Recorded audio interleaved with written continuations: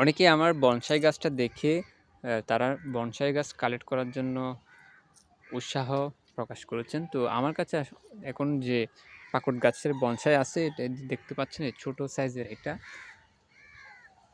দেখতে পাচ্ছেন, এটা আমি একটা মাটির পাত্রে সুন্দর করে স্থাপন করেছি এবং এখানে কিছু ডিজাইন করেছি। এটা হচ্ছে আপনার মাদার অফ থাউজেন্ড, এগুলো চাইলে আপনারা তুলেও ফেলতে পারবেন।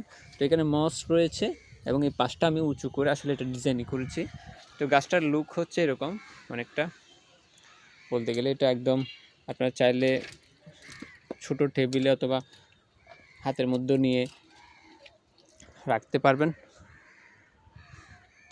টেবিলে রাখতে পারবেন এবং এটা ক্যারি করা একদম ইজি, ছোট। তো আরও কিছু বনসাই গাছ রয়েছে আমাদের এখানে। এই যে এটা হচ্ছে আপনার একটু বিগ সাইজের বাগান বিলাসের একটি বনসাই, এটা বাদাম গাছের। এগুলো একটু ম্যাটেরিয়াল বলতে গেলে, কিছু গাছ ম্যাটেরিয়াল আছে, কিছু গাছ ডিজাইন হয়েছে।